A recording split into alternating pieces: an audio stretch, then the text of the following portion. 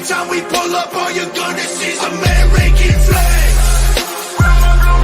American flags. American flags. And every time we pull up, all you're gonna see is American. Welcome to the Patriot Prayer Podcast, where we dive deep into the core values that have sculpted the foundation of our great nation. Today, we're thrilled to have with us Jameson Ellis, a fervent advocate for the timeless principles that the United States has stood for since its inception.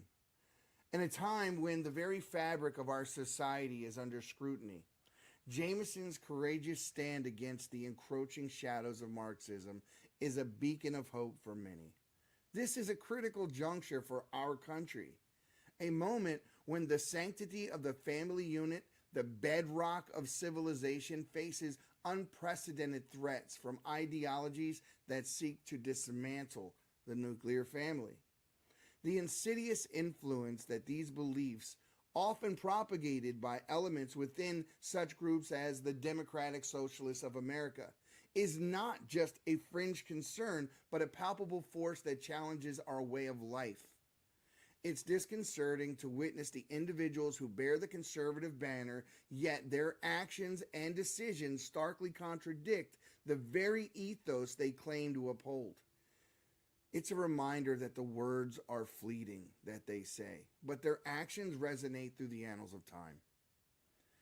In this pivotal episode, we delve into the essence of what it means to be a republic, a nation governed by laws, not by the whims of a very few powerful people. We stand at the crossroads, witnessing legislation like AB 665 in California or NY 213 in New York, which could erode the liberties we hold so dear, reminiscent of the unsettling haste with which the Patriot Act was passed after 9/11 in the middle of the night with no one reading it. Our discussion with Jameson Ellis today is more than just a conversation. It's a clarion call for a resurgence of principled governance, where elected officials are the steadfast representatives of the people's will and not the amplifier of special interest groups.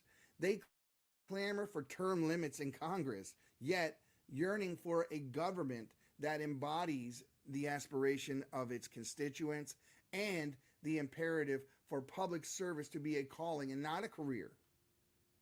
These are the ideas that Jameson embodies in his unwavering commitment to the cause. As we navigate these turbulent times, let us remember that our elected leaders, are the custodians of our collective destiny, tasked with the sacred duty not to serve the special interest groups or be idolized like they're celebrities, but be the representative governance where the voices of the people are not just heard but heeded. Join us in this compelling journey with Jameson as we reaffirm our commitment to the enduring values that define us, the resilience of the United States, and the patriotism that inspires us to envision a brighter future for America. Patriots, with that, I welcome Jameson Ellis to the Patriots Prayer Podcast. There it is. Wow, I am kind of shocked by that intro. You actually set the bar pretty high, so I hope I can live up to to those standards. You know, the thing that stuck out to me in a conversation that we had was exactly what I said there in that opening. It was like, the elected officials work for us. They're not your buddies. They're not celebrities. They're not that conversation that resonated with me. And I think people really do need to remember that, because I take, in myself, a lot of blame for the things that happen in my community. And I think collectively as people that we should all, because most people, when you talk to them, they don't know who their representatives are, who's on your school board, who's on your city council, who they don't know. They have no idea. They just complain about everything that's wrong. They don't know how to get involved. Civic duty and responsibility and those obligatory things when it comes to government that you play a part in go right over their head, but they have a lot to say on the other side of it. even the ones that don't vote. Yeah. So, Well, and I was going to say it's to a degree, it's impossible to know all of your representatives, right? And one of the things I try to encourage people is, find out where it is that God is calling you to and serve there and plug in there. Because if you try to do everything and you try to know everything, take it from somebody who has run for Congress twice now, that's going to be running again in 2 years. That it's almost impossible to know everything and to learn everything. And even me, I haven't gotten it all figured out. And so hopefully that's an encouragement to some of your viewers here. mm-hmm. I believe that this is one of the reasons why community is so important. Why actually going and seeing your friends, your family, and speaking to them about these vital issues that our country currently faces, and actually being able to, when I was growing up, it was always like politics weren't supposed to be discussed at the table, right? Yeah, politics nor religion. Yeah, and these are like very critical points that need to be hashed out between family and community. And it's led to a grave misunderstanding of both. So Jameson, you got Rachel here just asking you to give her a quick hello. She says she's been following you for several months. She's saying to get Crenshaw out! Exclamation point. So you got. Hi, Rachel. No, I definitely appreciate that. And let me just say, well, first, let me address the elephant in the room. No pun intended there. So just so that there's no confusion. So I have a camera right here in front of me and I've got 2 screens. So I'm having a conversation here. I'm looking over here. And so if your audience thinks I'm ignoring them because I'm not staring directly at the camera, that's not really the case. I'm just trying to have a conversation, because sometimes it gets so weird being in front of the camera and you're having a conversation, but you're staring off into blank and like just blankness looking at the camera. You can't see microfacial expressions. All you can do is hear the tone of voice and hear what's being said. And out of the corner of your eye, you can see movement. But so I hope it's okay with everybody this go around. I'm going to look over here so that we can actually have a conversation. Yeah, I have the camera strategically placed right in front of my face on the screen, so that way I can only see you two, and I don't have to be worried about the way I look or anything like that. But I'm still able to see you guys without looking too far off screen. So I'm getting it down. Yeah, I guys, I've followed the news over the last week or so very closely as normal.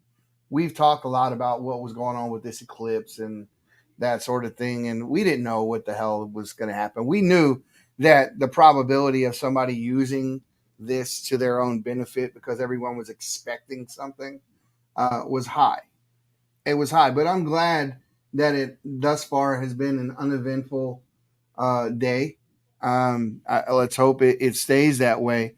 But with the encroachment of just mass immigration, illegal immigration at our border, the likelihood of future events or something actually taking place is quite high. In fact, I would go so far as to say that if you're Iran, if you're Russia, if you're Afghanistan, if you're any one of our adversarial countries, including China and the like, that are not sending people into the United States right now to go after your enemy, you're somewhat stupid.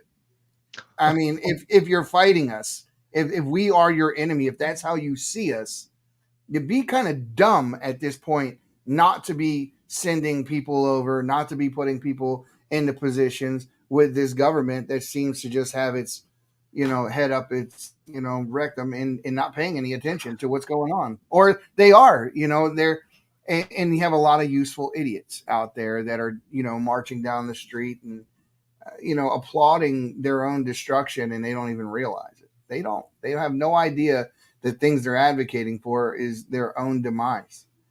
But what say you about any of you're closer than any of us.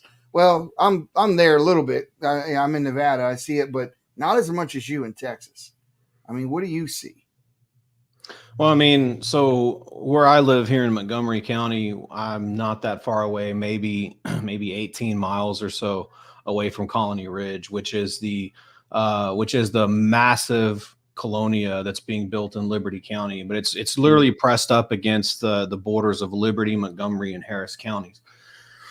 And it's scary. I mean, you have a community over there that's completely gone to crap, and it's basically like a refugee camp out there. I mean, honestly, if you were to be here 15, 20 years ago, Cleveland, so Cleveland's just north of Splendora, and I know I'm probably saying a lot of towns that nobody knows, but here in the greater Houston area on the far northeast side, you right up 59, you have a little town called Splendora. Well, just north of that, you have a town called Cleveland. Cleveland, Texas, used to be just purebred redneck, you know, and right now their school districts are being overwhelmed by the influx of illegals or criminal aliens that have moved into Colony Ridge. And what's crazy is the majority of those that have moved into Colony Ridge actually came from Houston.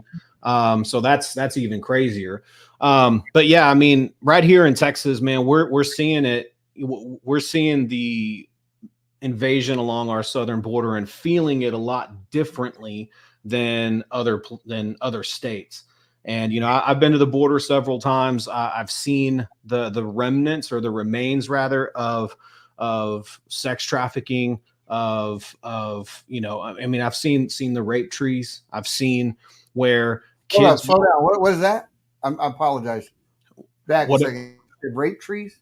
Yeah. So a rape tree is basically where a child's underwear is hung on the tree as kind of a trophy after that child has been violated by the traffickers. Never heard of this. Yeah, a lot of people haven't. I've seen where they have herded these kids together, and you see backpacks, clothes, all of that just kind of strewn all over the place. And you can see where they might have sat and waited to be picked up. It's horrible. It's absolutely crazy. And the fact now that our tax dollars are actually going to fund this stuff. Whenever I was on Tim Pool, we actually talked about this. Our tax dollars are being used to fund it. That's unacceptable, because now indirectly the American people have been made complicit in the trafficking of women and children. Our government has been complicit for a while. So yeah, it's absolutely horrible. And the fact that my opponent seems to not care to do anything about it. He's a lot of lip service, but not really anything else. The fact that this administration doesn't actually welcomes it. The fact that we have a governor here in the state of Texas that thinks it's funny to send illegals further into the country that they invaded in the first place, and we're just rewarding them. Like, these are criminals. You've committed a crime. You've come over here illegally. So here's what we do. We bust them up for free, and we bust them further into the country where then they can be harvested for Democrat votes. Let me ask you a question about that, though. Two questions real quick, and answer them in any order you want. So we know that Joe Biden changed the criteria for how they handle the unaccompanied minors that come into the country. There used to be a DNA test involved, and there used to be a lot more rigorous checks into who they handed the children off to once they got this side of the border. We were told that all that red tape was removed by the Biden administration. They don't do that anymore. And that people in the border control that were the social, worker arm or whatever that was dealing with this part of it, that a lot of them walked away from their jobs saying they couldn't in good conscience just hand children over to people they didn't know who they were. And the number is alarming. The last number I heard them say was like 86,000, but at that point it was only for that year. So I don't know what that number looks like now. I mean, did you hear any of this? No, here's the other thing too, is that I don't expect them to follow the law. I don't expect them to do what they're supposed to do. If they did, then they wouldn't be in violation of Article 4, Section 4 of the Constitution. We would have a secure border. The state of Texas would be free to be able to secure its own border if need be. And as it is right now, the one thing that I'll say is that, I don't mean to rag on Governor Abbott all the time. There's some things that he does that's great. Half the time, though, I feel like he's just telling us what we want to hear, then working against us behind the scenes. But at least seems to be doing more now. But my question is, how long is that really going to last? But they don't follow their own rules, right? That's the problem. What's the point in creating legislation if we're not even going to follow the legislation and the laws that are already on the books, right? This is the biggest problem with I have with our government. We're supposed to be a government that is limited. But what do? We expand that government by creating laws that are unnecessary. So we don't need more laws to secure the border. We need the government to follow the damn Constitution. We need the government to actually enforce Article 4, Section 4 of the Constitution, not stack legislation to seemingly protect a law that's already been made. If we don't follow the laws that are already on the books, what expects anybody to follow any new legislation that we might write? Yeah, and that's usually what they do to amp people up to get them to vote for new bills because they don't follow the old laws. People just think we need more laws when in fact we just need to follow what's there. Now, the next question was this. I know that Texas has an arrangement with the United States, the federal government as a whole, that's different from the rest of the country.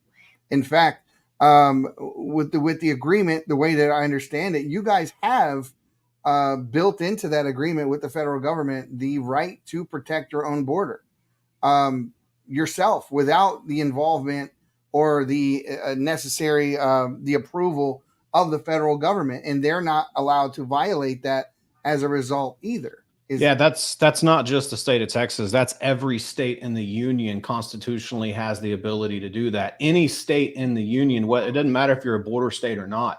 Every state in the union has the right to invoke Article 1, Section 10, Clause 3 of the Constitution. So all of these states that Abbott is sending these illegals to, they have a right to declare an invasion too if they weren't Democrat led.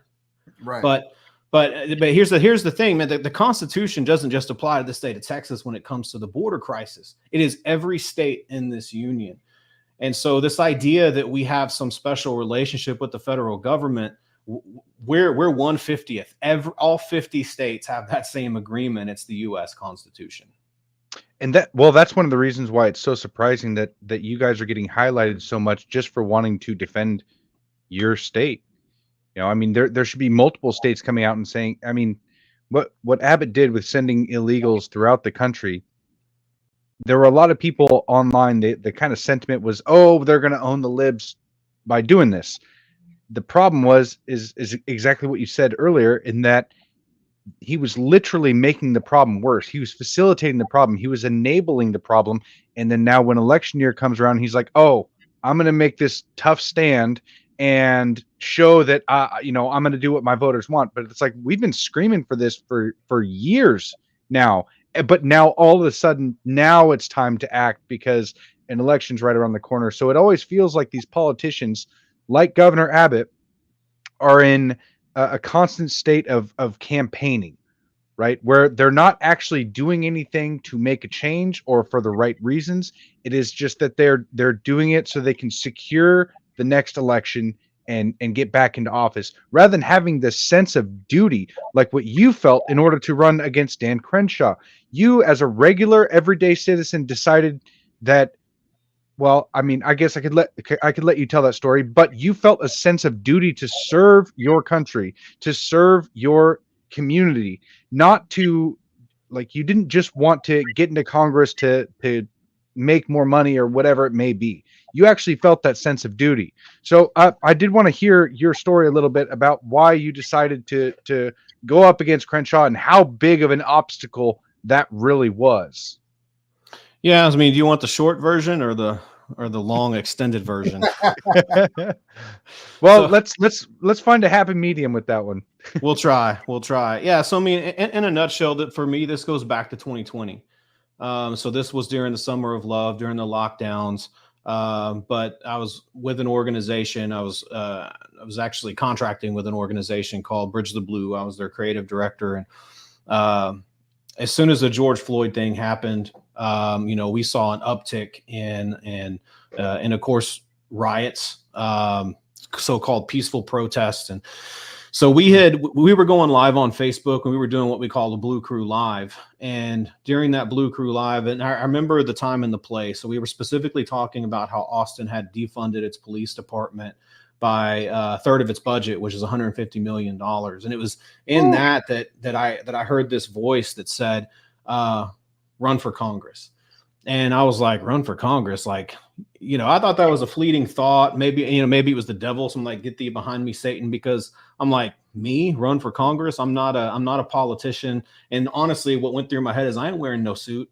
I ain't dressing like that. I ain't acting like that. I ain't going to be something that I'm not. Put your damn bolo tie on and head to head. So I just kind of just tossed it off, like didn't really give it much thought. I'm like, no, I mean, that's God's got a sense of humor if that was really him. Well, 2 weeks later, I get a message. You know how on Facebook, on Messenger, and I'm not on Facebook a whole lot on my profile. I'm always on my page. But on Messenger, they used to have the other folder. And ultimately what happened was I checked my other folder and I had this message from this gal out of Wichita Falls. In a nutshell, she basically tells me that she was praying and God showed her me in Congress. We hopped on the phone because I was like, I didn't tell anybody. I didn't tell my wife, didn't tell my folks, didn't tell anybody. And she just told me, she was like, you haven't even told anybody. She knew that I hadn't told anybody. And it really freaked me out in a really good way. That night I told my wife, and she kind of had the same reaction that I did, like, you run for Congress. And I'm like, I know, right? It sounds mad. Man, so I just basically told God, I said, look, if this is really you, which it seems like it is, then I'm going to trust you to open the door. Several months later, and this was like, I want to say 6 to 9 months roughly later, it was May of 2021. My buddy John calls me up, and I'll save you the details of that conversation. But what I found out in the conversation is that Kevin Brady, who was the sitting congressman of the district that I lived in at that time, was retiring, and so there was going to be an open seat. And so as soon as I found that out, I felt like that it was my time. In the very beginning, first day, when I made the decision that I was going to run, it was scary because I'm like, I don't know the first thing about campaigning. I don't know how to campaign. I had been pretty apolitical since Ron Paul got screwed back in 2012. And I was That's a big hero right there. Yeah, That's I was a big Ron Paul guy. Whenever Trump ran in 2016, I engaged enough just to vote for Trump in the general. But then, times were good, right? So I just I was disengaged from politics. I was focused on trying to pay bills and trying to grow and trying to run a business and all that stuff. And then 2020 happened. So basically, we wound up campaigning in District 8 for about 6 months. And then in November, we find out, this is November of 2021, we find out that the district lines had switched on us because Texas added 2 new congressional districts. So, whenever you add anything to something that already exists, you have to make room, right? So the district lines shifted, and we live in the same house, but we no longer live in District 8, now live in District 2. So I had to make a decision. Am I going to continue running for the district that I've just spent the last 6 months campaigning in, albeit I no longer live in that district, or am I going to choose to run against Dan Crenshaw in the new district that I find myself in? I chose, obviously, the latter because I'm a man of principle, and I believe that if you're going to run to represent a district, you need to live in that district. It ought to be the district that you live in. So I didn't set out initially to run against Dan Crenshaw, but honestly, that's whenever things really picked up. And I didn't realize how badly hated Dan Crenshaw really was. I had to educate myself on his voting record. We had 3 months to campaign, only raised $45,000, and we took between 17 and 18% of the vote. I never really stopped campaigning, but the way that I campaign is a little bit different. I don't campaign the way that most politicians do. I campaign by serving. Sometimes it's behind the scenes. Sometimes it's actually what has been lately is just putting on events where we're serving veterans. We're advocating for our Texas-owned businesses, and we're just trying to inspire patriotism. In that process, I also became a Constitution coach with the Patriot Academy, been taking people through classes like Constitution Alive and Biblical Citizenship in Modern America, trying to teach people at a 60,000-foot view the Constitution so that they could recognize the real thing. They know the real thing so much whenever a counterfeit comes across their path, they're able to recognize it like that, the same way that bankers get trained. That's something absolutely lacking in our public school system today. 100%. Having people understand the Constitution, the Declaration of Independence. I mean, it's mentioned in school, but it's not taught. I mean, what you're doing should be taught in schools where kids actually understand where our rights stem from, why we're a unique and special country, and how we're going to be able to move forward. So, it's supposed to be. It's supposed to be. So Benjamin Rush, who was the founding father of public schools under the Constitution, he had basically said that public schools exist to do three things: is to teach kids to love and serve God, to love and serve their country, and to love and serve their family. And in that order, by the way, God first, then country, and then family. And the reason why Rush said that he put country before family is he said, if we ever lose control of our country, it will become the great enemy of our family. And honestly, that's what we're seeing all over the country right now, from the courts and the classrooms and Congress, all the way to our small family-owned businesses and our southern border. And, what I've been trying to tell people is I believe that we need to go on the offense, and it's going to take a rebellious outsider that's willing to go on the offense. Because what I've actually learned is that, whenever I played football, our coaches used to tell us all the time that offense wins games, defense wins championships. Well, I call BS on that. No, it's offense that wins games. Defense just tries not to lose. And for far too long, the political class have been gaslighting the American people into forgetting one of the most paramount phrases and principles taken directly out of the Declaration of Independence, that says that to secure these rights, governments are instituted among men, deriving their just powers from the consent of the governed. Yeah. That's us. That's we the people. And so now we no longer live in a day and age where we feel like we are supposed to be in control of the government, where we grant government to the power as we see fit. Mm-hmm. Now we think that, well, we elect leaders and those leaders lead the country. No, we're the leaders. Mm-hmm. And so I tell people, and during this 2024 campaign, I stood in front of countless people and I told them, look, don't look at me and think that you're honored to be in my presence. Don't treat me like a celebrity. Don't treat me like I'm special, because at the end of the day, I'm not running to be your leader. I'm not running to be your savior. I'm not running to be your pastor. I'm running to be your employee. I am running to be your representative. And the biggest problem that I have right now with the American people is the American people treat our elected officials as if they're some honored leaders, and they're not. They're our representatives, and they're supposed to operate under our consent, but they don't do that. That's right. So my message this entire time has been about more liberty, less government. You're the boss. What is it that you need me to do? You have a voice. I'm going to go to Washington and make sure that it's heard and make sure that you're represented. And I'm going to fight. I'm not going to go along to get along. Why is it that conservatives are always the ones that are expected to meet in the middle, or we're the ones that are expected to compromise? I'm sick of it always being the conservatives that compromise. It's time for us to have a Congress and have conservatives in Congress that are no compromise and that are willing to work to make sure that if we do compromise, that it's not real compromise, it's good negotiation that ensures that we let me give you an example. If I'm trying to work out a deal with somebody and my goal is, say, $10,000, right? That's the minimum I want to take for said product or service. I'm going to start high.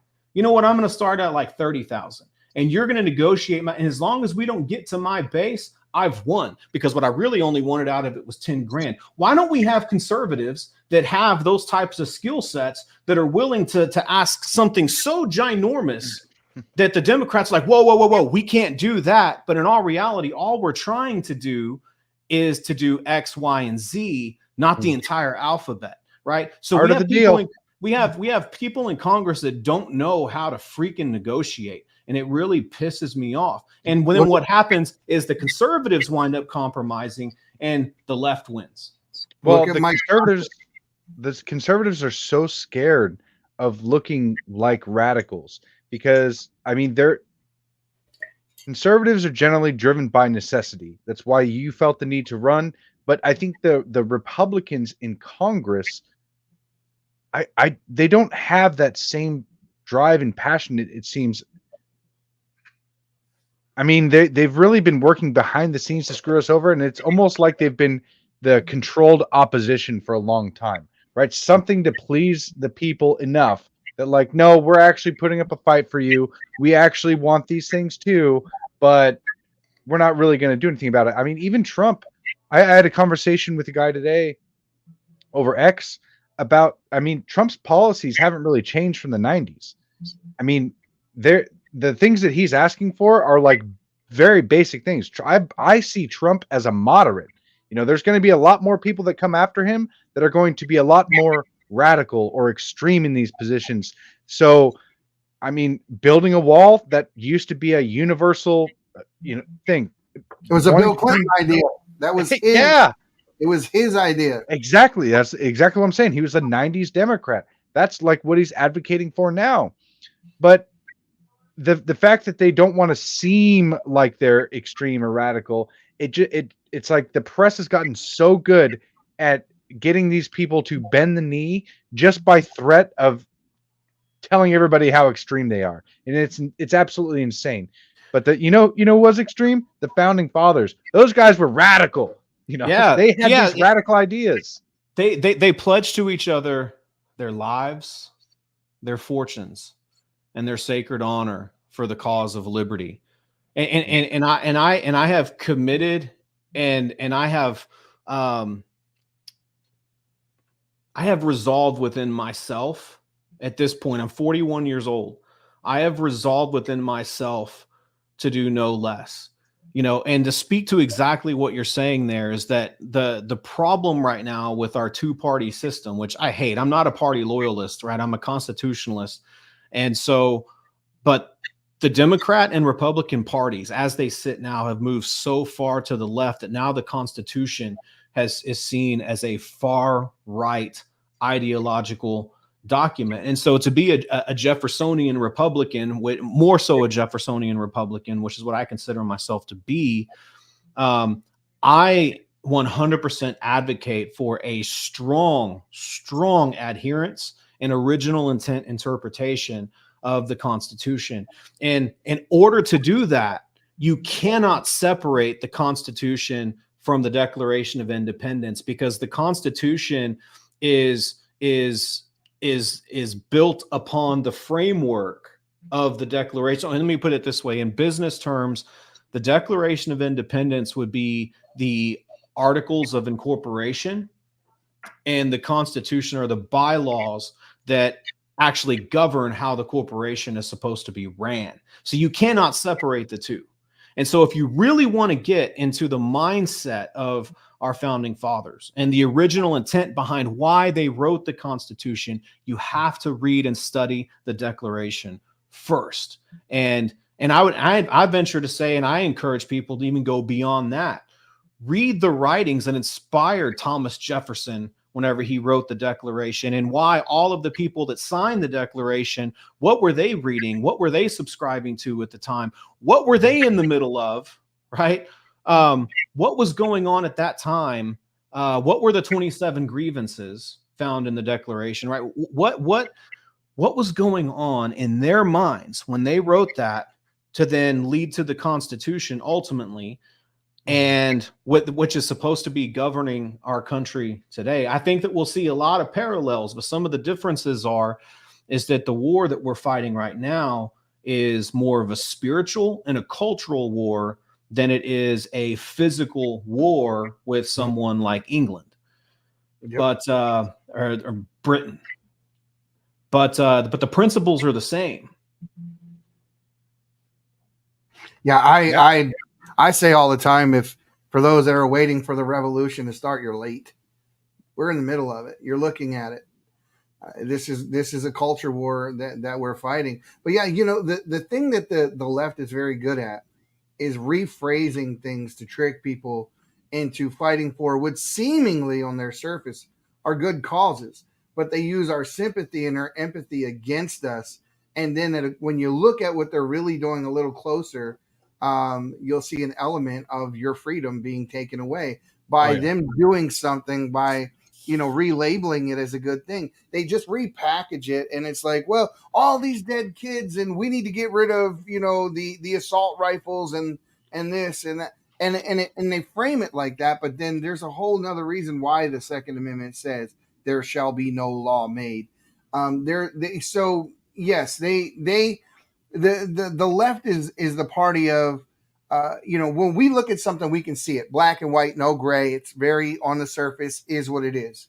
But they like to, well, what that really means is this. And then they start redefining everything and, and using those types of tactics when you're just honest and what you're saying is true and good and real. You don't need to do all that. On the surface, when we're looking at something and we see it, it is exactly what we see. When we see that they don't let pastors go into the classroom of a young, first grade, second grade, whatever it is, school in general, they won't, but they will let tranny time, reading to your kids, and they'll bring that in there and they'll allow that to happen. Where I see that is a value and a belief that you're now exposing my child to, but you didn't want to expose them to the value or belief system that I have, which is in Christ Jesus, period. So you can't allow for one and not the other. And that's what we see. And our school boards are all pushing this ideology. They're waving LGBTQ flags in school instead of the American flag. They're creating a culture that makes it that's basically turning the kids from a grade school, a middle school, high school, and especially college level into anti-American activists. They're making it trendy to hate your country and to retell history from a skewed point of view to try to get people to join along with you. And they act like they're rebels with this cause that's good, but they're fighting for their own enslavement. They're fighting to take away their freedoms. The one that gets me, the biggest one that I find the funniest is the one after October 7th and all that occurred, and you saw all the anti-Semitic gang rallies taking places across the poison ivy colleges across the entirety of the country, and you seen them marching down the streets of New York with big banners that say "Queers for Palestine." And I just think to myself, how antithetical can you get? How'd you get to that point? I mean, let's just send them there and see if they feel the same way. Once that culture, reveals to them how they really feel about what they are and who they are. I think that's a perfect example, by the way, of the war on truth. Right. So, we live in a day and age where there is no more objective moral truth. If you believe the current regime, if you believe the current culture and what they're teaching in schools, there is no more objective morality. It's my truth. And you know what? This is my truth, and you don't have a right to judge me. You don't have a right to say these things because that's your truth. Keep your truth to yourself. And Exactly right. The problem with this is that without any type of objective morality, without any type of objective standard, and just to make sure that everybody, and I'm not trying to allude that anybody doesn't know anything, but a lot of people, when I say objective, they're like, oh, what's that? So an objective moral standard is something that exists outside of us. In this case, I can justify my morality because my morality is not based in humanity. My morality is based on the word of God, and it's based on God and his word. And so because of that, I can justify why murder is wrong.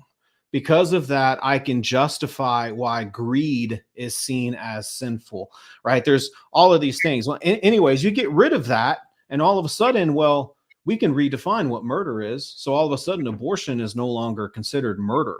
Mm-hmm. Taking a life out of convenience is no longer seen as murdered. At least that's my truth. Right? Unless you're an Arizona rancher protecting your own property from the onslaught of illegal armed immigrants, and then you're still sitting in prison today.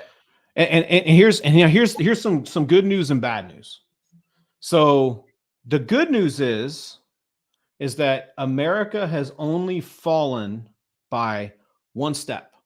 That's it. One step. And that one step is that our government, sorry, I'm trying to get the camera back into focus here. Our government has forgotten that there is a power greater than itself. Now, the bad news is that it's a giant step. But if I can be of any encouragement to anybody here today, our nation has only fallen by one step. It's just a giant step. But our government has forgotten. Why do you think there is such a push to take God out of everything? Right. And for whatever reason, you talk to people about God-given and alienable rights. You talk to people about the scripture and God's word, and the fact that the laws of our land were based on scripture. You talk about that, and all of a sudden you turn into this Christian nationalist, which I don't even know what the heck that means, but you turn into some Christian nationalist that wants a theocracy. And I got news for you. Our constitutional republic was based on scripture. So based on the Judeo-Christian point of view. Our own Savior, Jesus Christ, actually fought against the religious or the government theocracy. Yes, he did at the time. And so, we live in a day and age where people are willing to rewrite history. They're willing to forget their history. And because our schools are controlled by our government, our kids are learning the wrong history. So we're teaching the wrong history. And, Malcolm X said this, several decades ago, that he who controls the media controls the masses. And, and you can take that as also the schools. He who controls our learning institutions, which they're not really educational institutions, they're indoctrinational institutions, but he who controls those. You have a good point right there. He said, "Beware of the white liberal," too. that was another statement by Malcolm X. So I kind of wanted to correct a little bit of what you said there, or at least offer a different way of saying it. Is that you said that they're teaching the wrong history in school? I think that the objectives that the teachers have and what our government has had is to teach the history that they're teaching, and it's to help enact this communist revolution, this cultural communist revolution that we're currently experiencing. So it's not that they're teaching the wrong history. Like, to us, it's the wrong history, but to them, their objective is working out perfectly because they're not inspiring kids to be free, patriotic Americans. They are inspiring them to be Marxists that hate the founding of this country, that hate our founding fathers because they own slaves. And they don't teach them, that they were born into slavery and that they were one of the first, or I'll say they were the first nation in the world to declare that all men are created equal, and that our government is here to protect and preserve and recognize our rights as opposed to infringing on them at every turn. And it's just the separate idea that our rights stem from God and not from man-made agreements, and that man-made governments are there to preserve and recognize our rights. There's so many times where I bring up to people our God-given rights, and they have a fundamental misunderstanding of it because they just think, oh, the spaghetti, you believe in the spaghetti monster in the sky, and that's where your rights come from. Or they say, which God is it that you get your rights from? And it's like, that's not the point. I literally couldn't explain to this guy that outside of mankind, our rights are there. We have rights because we exist. And the fact that our government has forgotten that and has convinced the people that our rights are agreements between man that they get to take away. That's the scariest part, is the fact that they're now to the point where they are having people advocate to have the governments infringe on your rights because they believe that they're not actually rights. They're just agreements that we allow you to have. That's why your words are murdering people as we speak right now, Maurice.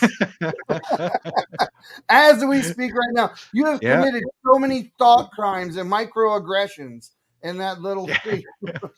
There's a great movie that I would definitely recommend. Well, actually, so far there's two movies and there's a third one that's coming, I believe. But you can find them on. Give me a second here. Salem Now, and the first one is called Uncle Tom, and the second one is Uncle Tom 2. But I highly, highly, highly recommend both of those documentaries. Uncle Tom 2 actually goes into the infiltration of Marxism into our culture and into our government. In that kind of, we're talking about this the other day whenever we were having a conversation, y'all, is that one of my biggest pet peeves right now with so-called patriots, and I like to call them sunshine patriots, is they like to be patriotic whenever times are good, but then whenever it comes time, excuse my French here, when it comes time to do patriot shit, they're nowhere to be found. Exactly. So that and here's the other kind though, and these are the people that I encounter out here where I'm at. And even people inside who actually have positions in the Republican Party, in the committees, they take both positions. And they do it so masterfully when they speak. So it never seems that they disagree with either side. And so they actually advocate for you to ride the fence. Especially in the church. Especially in the church. In the church, I've gone, I think I when we were talking, I told you about this. But I went into the United Methodist Church and I confronted them on their theology because they're ordaining members of the LGBTQ community and they're allowing them to teach Sunday school. They're allowing them to preach all of these things. And I'm like, they said, well, it's not up to you to judge. I said, you're wrong. You don't know your scripture. Turn to Corinthians 5:12. It tells me to judge my brothers. And I'm here to tell you this is wrong and get back to scripture. And a little while longer into the same conversation, they told me that homosexuality wasn't a sin and that the Bible was 2,000 years old. And I said, both wrong. But I see you're not a church anymore. This is not a church. You're not here to preach the will of God. You guys have a separate agenda, and you're putting a new face on God. You're creating your own God. Yeah, it's a God of convenience. And it's just like patriotism out of convenience. Here's the thing that is a huge pet peeve of mine. And just to a degree, I somewhat understand where people are at. And I think it's a lack of maturity and growth. And I'm not talking about necessarily maturity in life or as a spouse or, as whatever your career is, but just, but to some degree, it is a level of maturity where we have a lot of conservatives in this country that there's no resolve, right? There's no resilience. Actually, that is a big word that God put on my heart over the last year, is that word resilience. And it continues to be at the forefront of everything that I say and do. I remember just after 2020, whenever we saw the 2020 election not go the way that it was supposed to have gone, right? And I don't know what platforms it's being streamed on, so I'm trying to be careful. Careful, we're on YouTube. Yeah. So I remember some of the mandates that came out, right? I remember in 2022 seeing how some of the elections in 2022 went, including my own, and just seeing some what appeared to be hardcore patriots just give up and say, you know what, I'm not voting until they fix this election, or I'm not voting again until X, Y, and Z, or you know what, I'm done because nothing's going to change, right? They're just black-pilled. Right. My problem with that, and again, this is where I think there's a lack of maturity. My problem with that is 100 years ago, the Marxists were in a place where they were just happy to get whatever small victory that they could. And what they did was they exercised the principle of incrementalism. So it's gotten to the point where our nation has changed and evolved so subtly over the last 100 years that the mainstream hasn't even noticed. Yeah. And but what they do though is they take their victories. They've had more defeats, but they just continue to take those victories. And now you fast forward to 2024. I mean, we're very, very close to being full-blown communist. Our constitutional republic is soaked in piss right now. The Constitution is soaked in piss right now, and they're on the verge of winning. And so what I try to encourage people to do is say, look, it's time to use their tactics against them. You're expecting, for example, President Trump to come in and save the day when constitutionally he can't do that, right? He's not a savior. He's not Jesus. If we're going to take this country back, it's going to be because of us. Remember, consent of the governed. And so if we're going to take this country back, it's going to be because of each and every one of us stepping up to do our part. And we've got to be okay with also employing the principle of incrementalism. Let's use their tactics against them, and eventually we will overcome. But we have to have that resilience. We have to have that resolve, and we cannot allow ourselves to be so beaten down and defeated that we just give up and pretend that everything is okay and we plug back into the matrix. We can't do that. They need to pay attention to the fear that is being that's being shown from the left. I mean, listen. Leslie Wolf resigned. Mitt Romney's resigning. All these people, they're leaving politics for a reason. They know that redemption is coming. And when they keep talking about this big revenge and how Trump shouldn't worry, but yes, he should worry about. These people have utilized and used their positions that weaponize the DOJ. They've gone so far as to go after the president's lawyer and take documents out of his lawyer's home in order to get evidence on him. They violated his Fourth Amendment rights by searching Mar-a-Lago. I mean, they didn't go in with, we're looking for this document in this area or whatever. It was a general warrant. And they didn't even allow the lawyers or anyone that was there to accompany them to the rooms where they were searching to see what they were searching for, because the warrant didn't spell out such things. These things are illegal, but people don't know it, and perception is power. So when they think that, it's just like when the police pull you over, and I love the police officers. I love them to death. Don't get me wrong, right? But I'll use this as an example. It's like when they pull you over and they say, "Where are you coming from? Where are you going?" None of your business. It's not. It's that simple. It's what did I do? Why did you pull me over? So there are rules that. Good little note. Don't talk to police. There are rules though that come with, being someone in authority or in power. You are subject to the rights of the people that you're serving, and you can't cross that line. But they've done it so masterfully over, like you said, incrementally over a long period of time. The frog is now boiling in the water, and we don't realize it because they just turn the heat up a little bit at a time. And they really think that being safe means taking rights away, but that's okay. I remember after 9/11 when the Patriot Act, the Victory Act, and all that started coming out, and people were like, well, what are you scared of? You got something to hide? Like, that's not the point. The point is my electronic communications, the things that I'm doing are my business. That's the point. We live in a free society. My government is not my mommy and daddy, right? We're building data centers at an alarming rate across this land. I mean, at an alarming rate. And when Obama came into power, after the Edward Snowden incident and that sort of thing that kind of, forced them to show their hand, he created a law that said they're only allowed to, or they will only keep a 2-year tail of your electronic communication on you. So all your text messages, your emails, your social, whatever it is, right? 2 years of an electronic trail.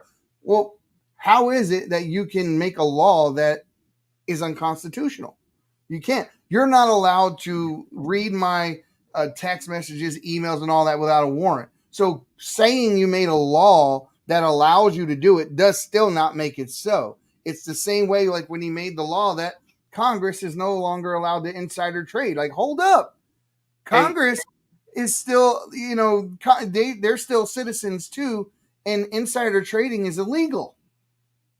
Hey, you want me to make you feel old really quick? Is that when the Patriot Act passed, I was in 2nd grade.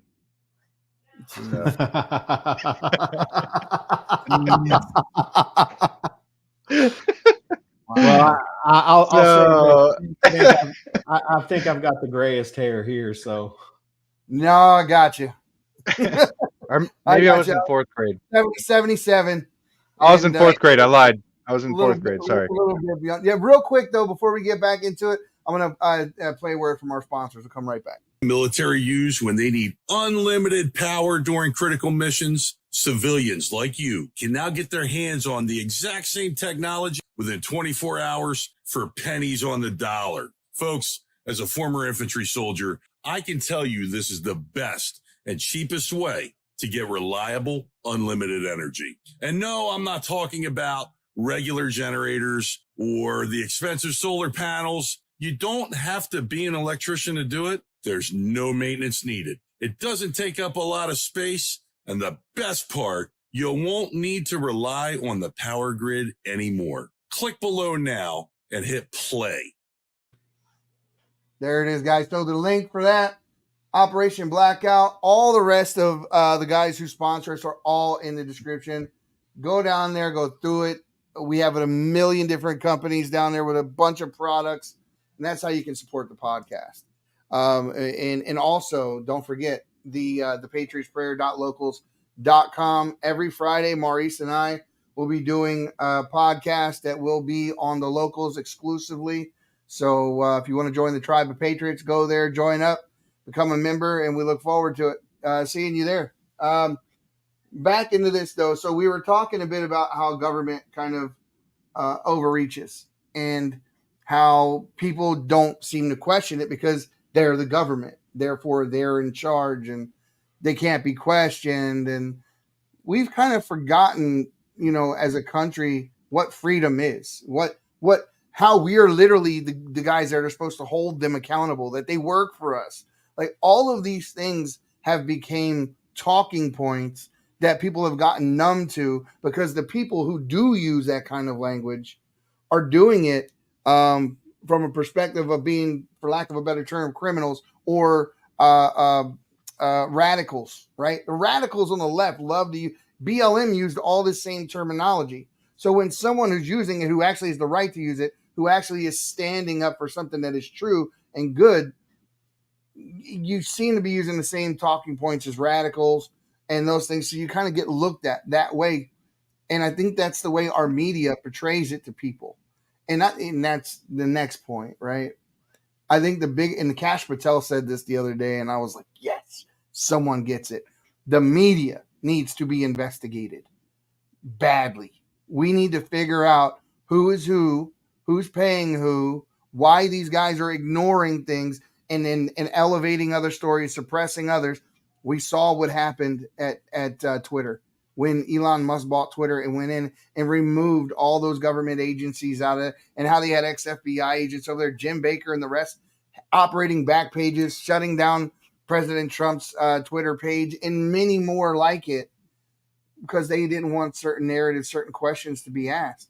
And it's the same thing going on over at other broadcast companies, I'm sure. If you go to ABC, NBC, CBS, and you do the same type of investigative work that you did at Twitter, I guarantee you'll see government influence in the media.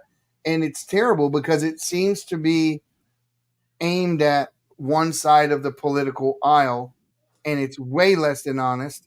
And you can usually tell that they're all reading from the same script. It doesn't matter what news broadcast you're watching. The catchphrases are the same. After the election, it was the big lie. It was all of these same catchphrases, all read by people who seem to be receiving their orders from the same place. When you get into Congress, and I have absolute faith in the fact that you're going to get there. Can we count on you to go after these guys and look into them? And also, my biggest pet peeve is Section 230. We need that gone. Yeah. Yeah. So absolutely. But here's the thing. I want to reiterate something that I said, at the very beginning, is that, I myself, I'm going to be one voice amongst 435. If the American people don't step up and they don't elect people to help, then, there's not really a whole lot that I can do. And this is why I say that our representatives, they're not our saviors. I'm not running to be your savior. Right. Only the American people can fix this, not the government. We can't trust the government to fix a problem that it actually created, right? Right. That's not going to happen. Government's not the answer to the problem. Government is the problem.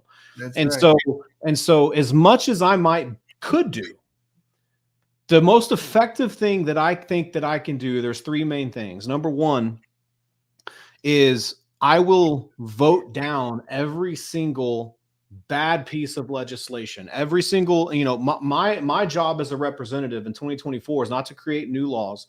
It is to stand between these bad bills and my constituents. That means any bill that increases spending, any bill that increases government, and any bill that violates the Constitution of the United States in any way, shape, form, or fashion. So that's the first thing. Second thing. That's almost all of them. Exactly. Second thing is we don't need new laws. So why write new legislation? Because we're not enforcing the laws that are already on the books. So here's the thing, is that I want to make sure that we enforce the laws that are already on the books, which then leads to the third thing, which is to repeal the bad laws. But here's the thing: federal laws that need to be repealed. I can. Oh yeah, 16th and 17th Amendment come to mind right now. Here's the thing: is that ratified to begin with, Jameson. The 16th Amendment was never ratified. How in the hell it's alive and well right now is beyond me. Well, the 16th Amendment would actually solve 80 to 90% of all the problems that we're having if we could get that repealed, and we had the fair tax. Not really. I love that idea. A flat tax is better than what we got, but I much prefer a fair tax. Yeah, because otherwise, we're going after people. We're penalizing people for doing well in life. That's it. Yeah. Well, and there's several other reasons, like the fact that a fair tax actually untaxes income. It untaxes all forms of federal income. And what leads to that, it's so beneficial for the economy. I mean, right there, I mean, we're growing the economy right off the bat, because people will save more because you untax savings. People are going to save more. You're going to see more people borrow because of interest rates are going to be so low. There's a whole slew of benefits, and we can definitely talk about that. But at the end of the day, I can't do any of that by myself. Right. So, I mean, I can go into the halls of Congress, and I can make a scene like Chip Roy. I can make a scene, and I can say and do all the right things. But you know what? I don't fault Chip Roy for not getting a whole lot done. And the reason why is because what's he supposed to do whenever he's the voice of a minority? Him or Matt Gaetz, they're the voice of a minority. Thomas Massey, the voice of a minority, right? And we're not talking about minority Republican Democrat. Just because you have an R next to your name doesn't make you a conservative, doesn't make you a constitutionalist. If anything, it makes you maybe a rhinocrat, right? It's uniparty, right? But we need Republicans. If you're going to run as a Republican, actually be a Republican and stand on the things that you say you're going to stand on. If you're going to take an oath to uphold and defend the Constitution of the United States, then by golly, you better uphold and defend the Constitution of the United States. The only way this happens, the only way, is enough, not all, but enough of the American people have to stop being sunshine patriots and summer soldiers. They've got to be willing to get involved, do something, and make sure we are electing the right people to office so that we can finally start to get some of this stuff done. And second thing is we need to make sure that the remaining states that are needed for an Article 5 convention of states, we need to try to make sure that we can advocate and do as much as we can for that Article 5 convention of states. But those are the only two ways at this point that I see that we're going to be able to restore America, because there's no saving it.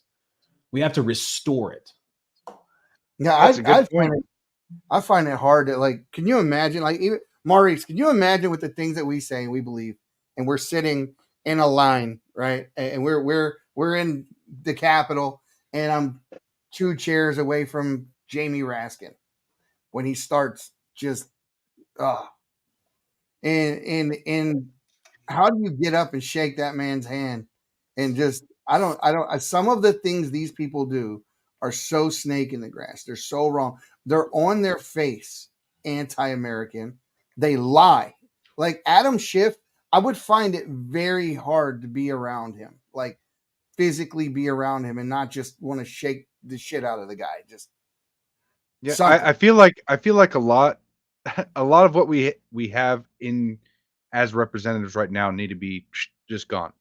But what you said, Jameson, really early in this podcast, I was kind of thinking about as you were saying this, and that was when it was 2020 during the government lockdowns, and when you felt a calling that you actually answered that, right? Not instantly, but you recognized that. I mean, it almost seems like before 2020, before the government lockdowns, before that drastic action, there was a lot of reasons that we could almost feel complacent, right? Or distracted, that we were actually in the matrix, right? And when 2020 happened, it shook a lot of people up, and a lot of people answered that calling. And right now, what we're trying to do, it seems, is we're trying to wake the rest of the people up needed in order to restore this country. I like that you say that, to restore it, not just save it, restore it. Yeah. But one of the things that, I mean, because back in 2020, that's kind of what I felt. I saw a lot of men that I respect bow to the mandates, and they didn't question the authority. And it was a lot of men that I respected, and I was like, wow, we are in a lot worse off position than I ever would have thought that we were. And it woke me up to the fact that this could actually go sideways. I mean, that our country could falter.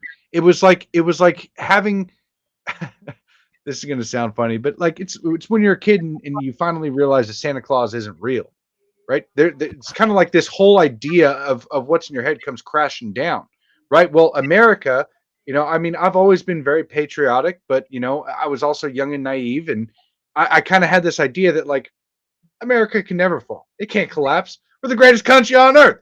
No way, not going to happen.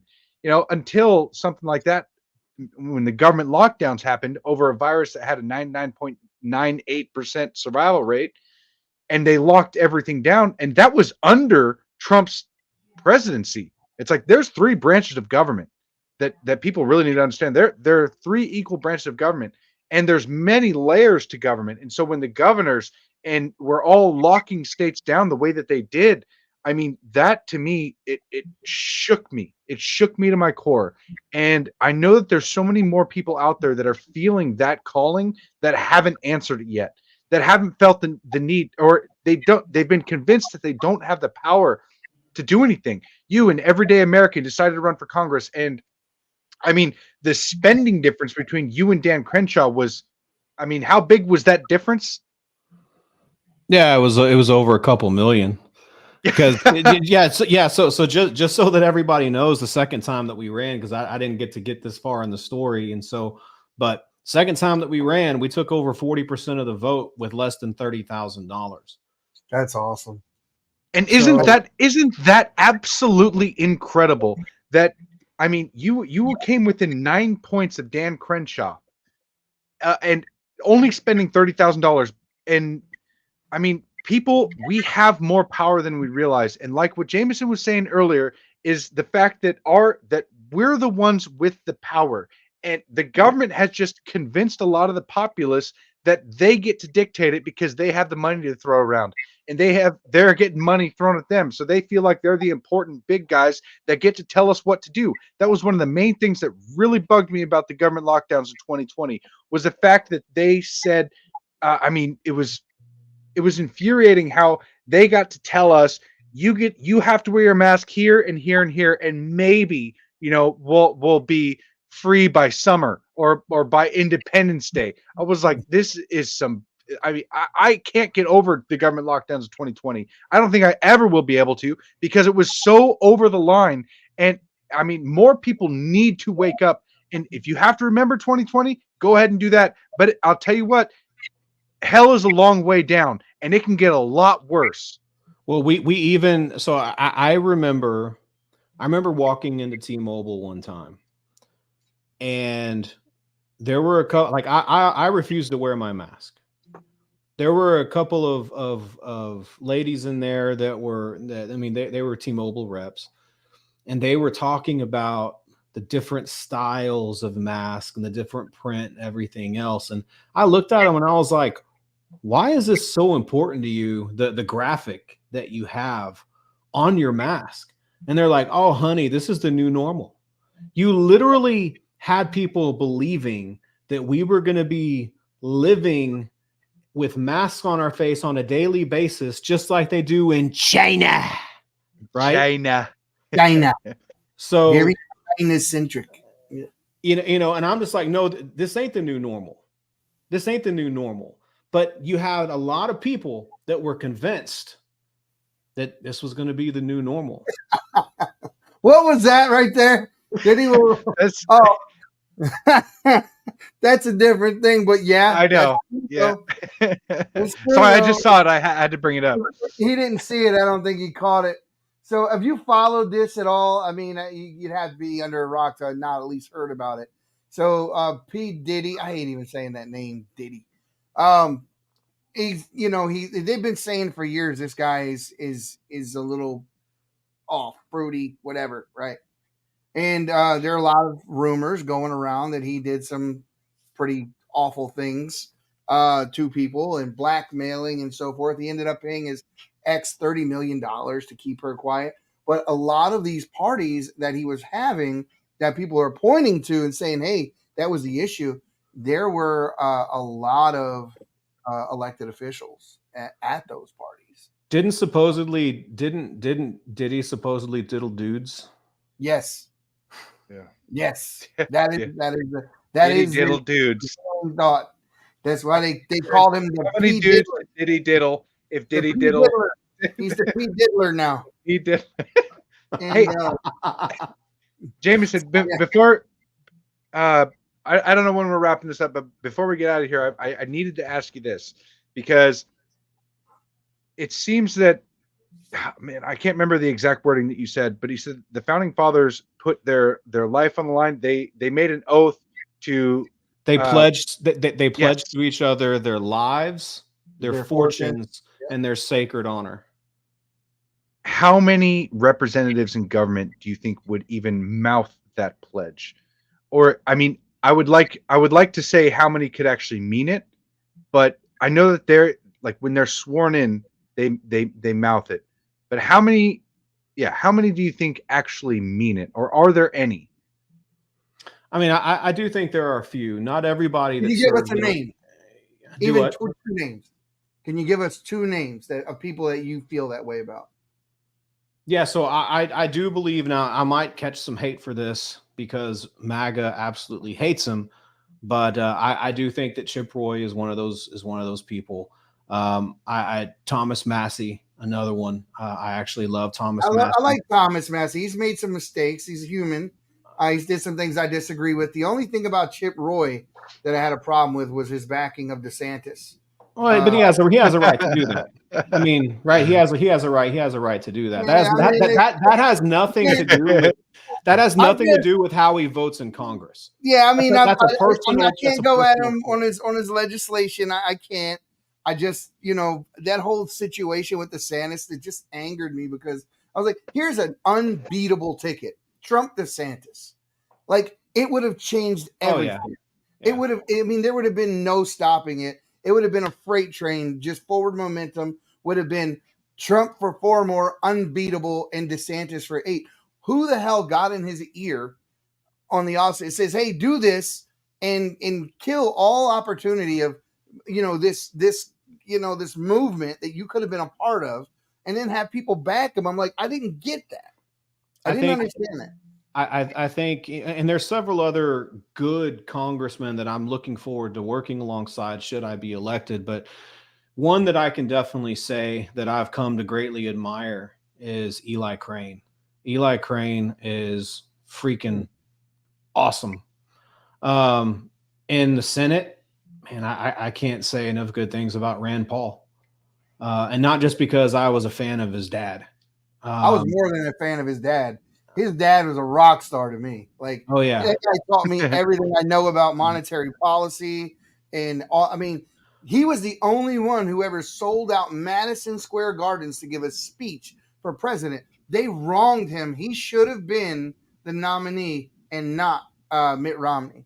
Now you do have a lot of good legislators that are voting correctly on, at least what I would consider to be correctly on legislation, but they might not necessarily know why, or the reason why may not necessarily be the same reason why I would. So as a constitutionalist, I'm very, very staunch on the role of a limited government in within a constitutional jurisdiction. If the government is operating outside of that jurisdiction, then that legislation has no business even being submitted, or much less voted on or passed. It's just so. But yeah, those are a few people that I would say, especially Eli Crane. I left out Eli Crane a little earlier on in our conversation, but Eli Crane is somebody that I've really come to admire. And let me tell you something that we just found out. We had an interview with some ladies out in Cedar City, and they're fighting to get their high school renamed back to Redmond, right? I don't know if you saw the podcast, but we were in, I'm doing my regular, due diligence prior to the podcast, figuring out who's who and where they served. And I'm listening to this, they did this meeting where they got caught on hot mics, or I don't know if they realized they were on, or they just didn't care. But they literally were talking about taking their initiative from SUUs, the university, to the school board level. And what we figured out is that at the SUU level, the same people that were there were people involved with the Confucius Institute, which was just renamed to the Helen Foster Foundation. It is exactly still the Confucius Institute. There's no difference. It just got a different name. And these people are all associated with it through the university down to the school board level. And this is where they're sending their money in and going in and culturally cleansing the way they're doing. Get rid of the red men. They call them now the Reds. Like, now it's okay because they're the Reds, which is more of a communist kind of a stance, kind of a name. That's how I look at it. I mean, just look at what they did to the Redskins. They changed them to the commies or the commanders. It seemed to have a theme whenever they replaced the Native American thing This is the theme, but it seems to be coming. We are being influenced by people that are sending money into our country from other countries. It's all made up. It's all made up BS. Right? It's all this whole cultural appropriation BS with native cultures. It's BS. Whenever I don't know if y'all have seen, like, whenever there are people that do men on the street interviews, and you can insert whatever culture. It could be Latino culture, it could be native culture, it could be black culture, what have you. But you just go talk to people that are outside the bounds of all of the woke BS. They're like, no, I don't take offense to that. Why would I? Like, it's actually offensive that they think it's offensive to me that they can make that decision for me. It's actually offensive that they were honoring my people by naming a team after my people, or by having a syrup bottle that actually honored. You know what I mean? So when you talk to the regular, average, everyday citizen out there, to whatever culture that is supposedly being culturally appropriated, they have a completely different view than what the mainstream pushes. Mm-hmm. Yeah, and it usually ends up putting a lot of people out of work within those cultures. And I mean, not to be funny or anything, but the little people, it was a big deal out here in Vegas where I'm at, right? They used to do this thing where they would allow people to toss them against Velcro walls. The companies were owned and operated by the little people. And yet these people came along and fought very hard through legislation and got rid of all these companies. And these people were the ones who owned them. So it wasn't like you were taking a shot at them or whatever. It was not anything negative. It was meant to be fun. But this political correctness has just eroded to a point where we can't do that anymore. Comedians can't even do a stand-up act before they poll the room. I'm getting ready to tell this joke. Is anyone going to get offended before I proceed? That sort of thing. It's ridiculous. Yeah. Hey, Eddie, check the private chat. I can't actually see. Oh, I can't actually see the video to pull up, but I wanted to play the Smoking Gun Coffee ad really quick, because I know that. Let's get the guys. Give them a shout out. Give them a shout out. There it is. Yeah. Greetings, kindred spirits. Welcome to Smoking Gun Coffee, where the essence of the land infuses every sip. It carries the spirit of reverence for the earth and its gifts. As you indulge in our carefully crafted blends, envision the dance of the winds and the whispers of ancient trees. Let each cup be a journey through time, a tribute to the harmony found in nature. Smoking Gun Coffee, a ritual of warmth, a connection to the sacred. Embrace the rich tapestry of flavors and join us in honoring the legacy of the land. Taste the spirit, savor the journey. Smoking Gun Coffee, where every cup is a celebration of our shared connection. I'm gonna try to figure out a great way to end that ad. Eddie's been bugging me for 2 months now to finish that the ad there. I just want to put something on the end of it, right? Yeah. Doesn't You know what? cut off right away like that. I should have my wife drive my truck. I'll take the top off, and I'll just be standing on the back drinking coffee. Something like that. I don't know. Want to do something fun. You know what? Hey, listen, guys. I said it a little earlier, but I would ask this of anyone watching right now. Jeannie, Taruk, Makto. Oh, Ace gotten that from the movie, the Avatar. I just realized where your name came from.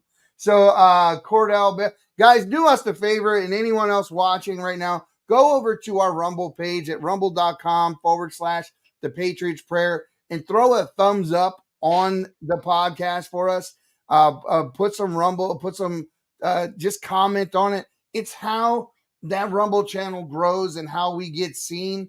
And it's so important, as much as we love X, and we do, because it's how we communicate with so many of you. But X is not the way that we're going to grow as podcasters. And actually, it's not going to hit our bottom line until Elon Musk makes some adjustments that allows for creators to benefit more off of their content. So guys, please do us a favor and go over to the Rumble page and like, follow, subscribe there, throw a thumbs up on the video. We'd really appreciate that. And one of the best ways to figure out where all of our links are is if you go to the patriotsprayer.com.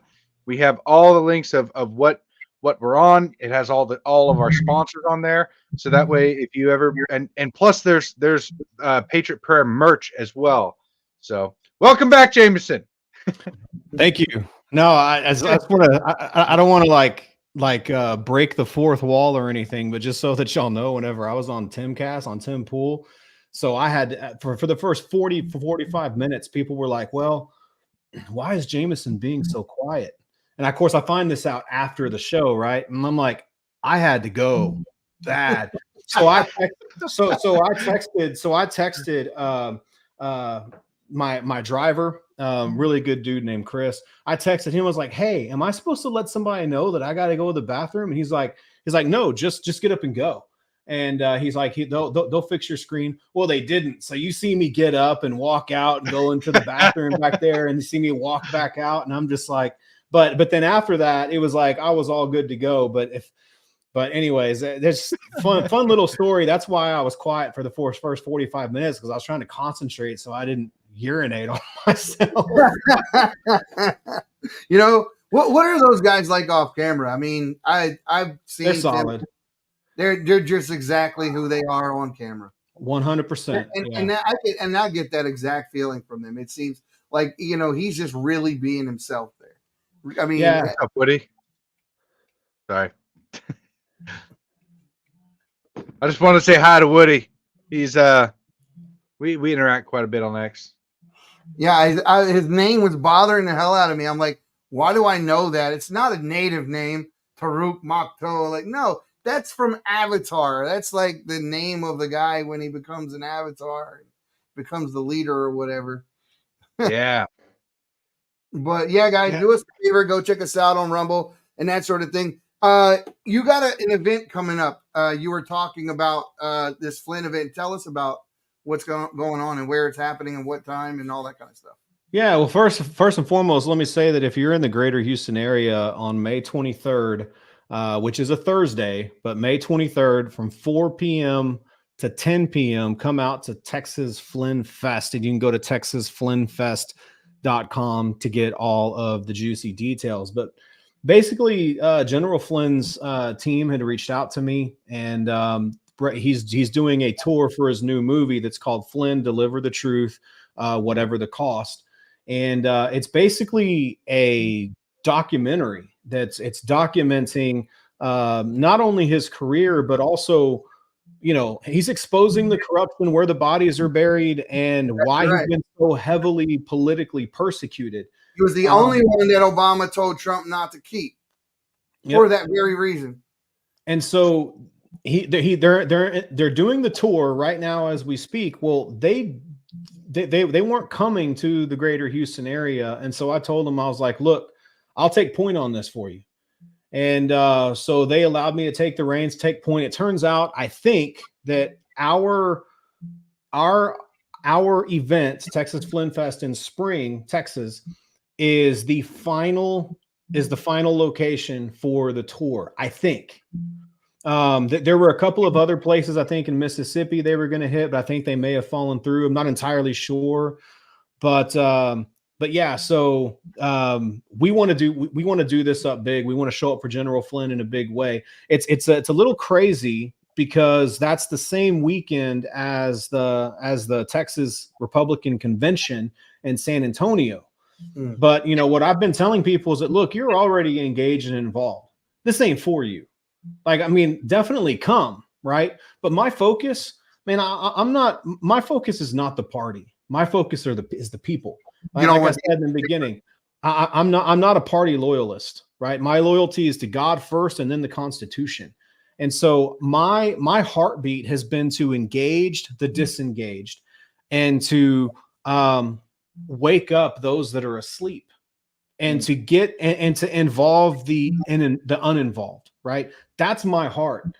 And so that's really who we're wanting to do this for. There are a lot of patriots in the greater Houston, in the state of Texas, a lot of patriots that are just feeling defeated.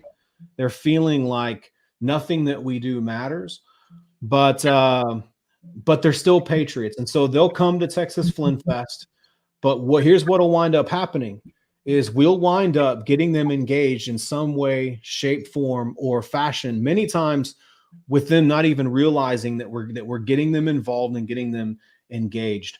But we do everything that we can to try to do community engagement, patriotic community engagement. That's basically what my company, Project Defiant, that's basically what we're all about. So if you really want to learn more about Project Defiant, you can go to projectdefiant.com, or if you want to learn more about the event, go to texasflynnfest.com. Yeah, and I wish I could get over there for something like that. When is it? May 23rd. It's a Thursday.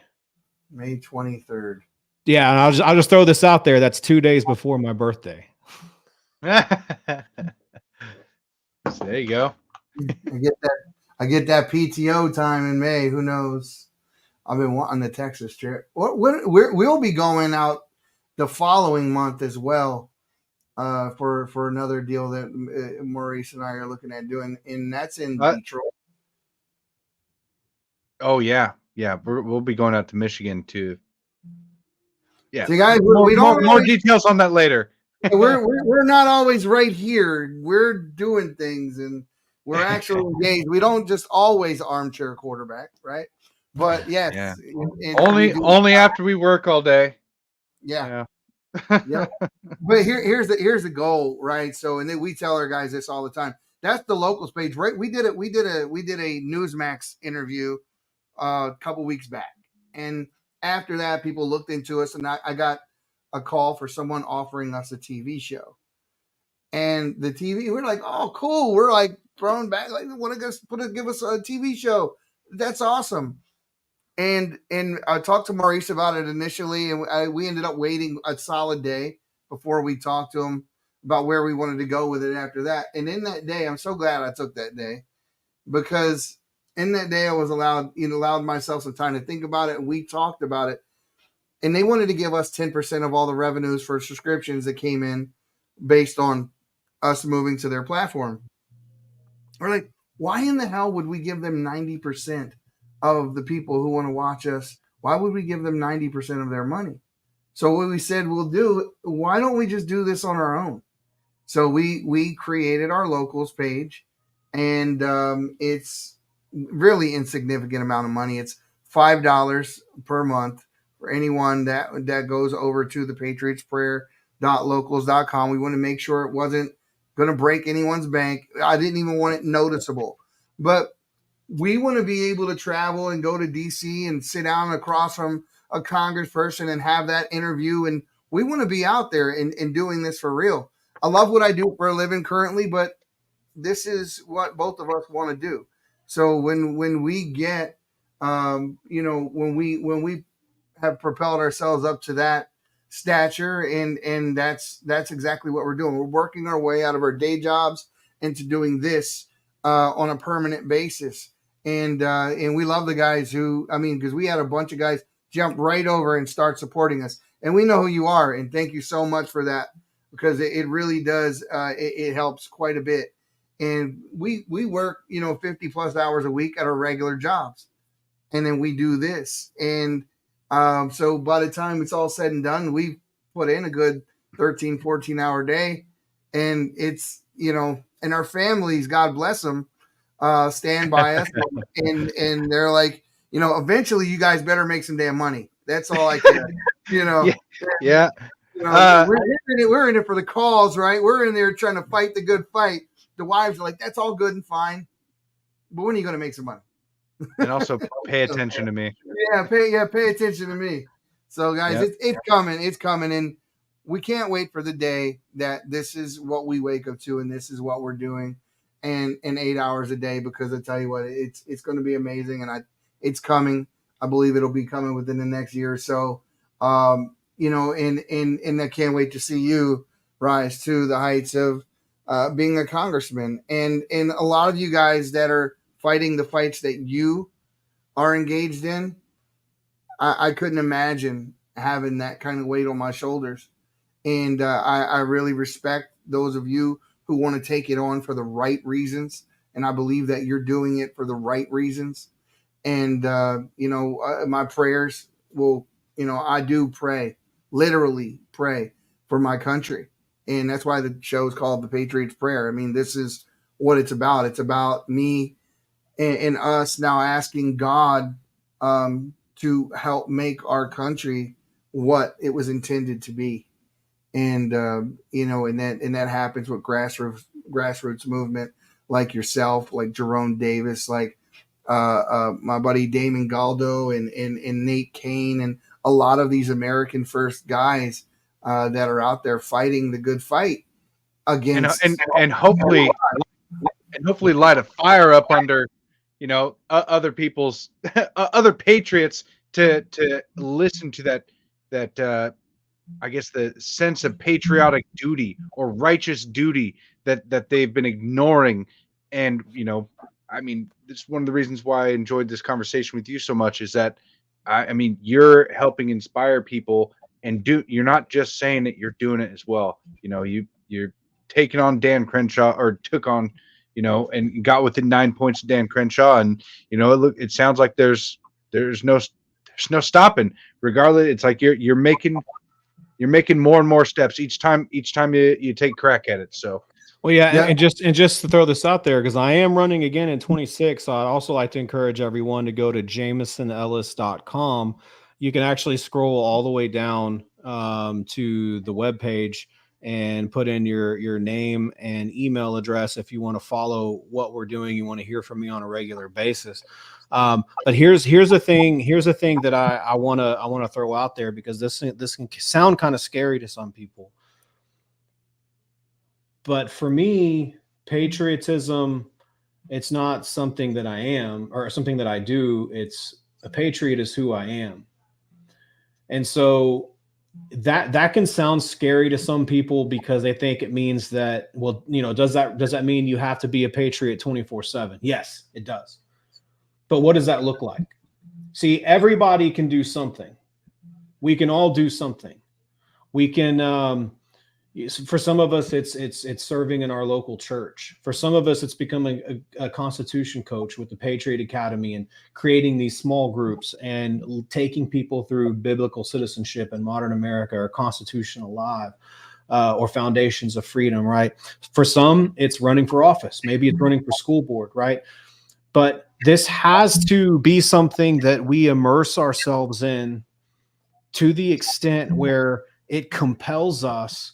And here's the thing: if you can't be compelled, there was something that I heard a long time ago that says that pain pushes you until you have a vision that's big enough to pull you. What is that pain in your life that's willing to push you into action until that pain, you no longer depend on that pain to push you, but because you have a vision that's actually pulling you, that's getting you up early, that's keeping you up late? What is that thing? Everybody can do something. Don't feel like you have to take on the whole world. You don't, but everybody can do something. Make patriotism who you are, not what you do. Damn. Beautiful. I love that. I think I'll clip that for later. That's a good thing. Make it. Say it again. Which part? Yeah. Make patriotism. Who you are, not what you do. Yeah. That's your campaign slogan right there. That's the one. That's the one you should use. That I've never heard it said before, but it's simplistic and it's powerful and it's true. So yeah, a lot of people act like they're patriots, but their heart is so far away from, what they act like they believe in or they feel. Well, we talked about it already. 8 people did what was right when it came to the Kevin McCarthy situation. 8. Yeah. 8. Thank you, Leslie. 8. And thank you, Leslie, for commenting on the Rumble channel. Yes. Very Appreciate cool. all of that. So, guys, we're going to get out of here. Before I go, is there anything else you guys want to talk about before we hit? No, I just want to say thank you for having me on. It's an honor and a privilege. And, I'll just say this is that I'm not rising to the ranks of Congress. I am actually lowering myself to the ranks of Congress because Congress is supposed to serve the people. So, again, I'm not here to be anybody's leader or to be anybody's savior. I'm here to serve my district. And I want to encourage everybody to make sure you look at the voting records of your representatives at the state level, as in the state legislature, as well as at the federal level. Look at the voting. If you want to know where you can go, there's a couple of places I'll recommend. One is libertyscore.conservativereview.com. Hasn't been updated in about 9 or 10 months. So another place you can go is called the New American. Just do a Google search for the New American. They have what's called the Freedom Index. You can look up the voting record of your federal legislator there on the New American. They're connected to the John Birch Society. So highly recommend doing that. Make sure you're informed. It's nobody's responsibility to make sure that you're informed. So that's the beauty of self-governance. Self-governance is about self-responsibility. And that means that it's nobody else's responsibility to educate and inform you. It's our responsibility to educate and inform ourselves. So let's step up to the plate and let's do it. Well, thank you so much. And as usual, the silent majority, you need to stop being silent and stand your ground. We'll see you next time on the Patriots Prayer, guys. Have a good one. My people of this country and we're under attack. They banning us, they cancel us for speaking the facts. If you man enough, come stand with us, take USA back. And every time we pull up, all you're gonna see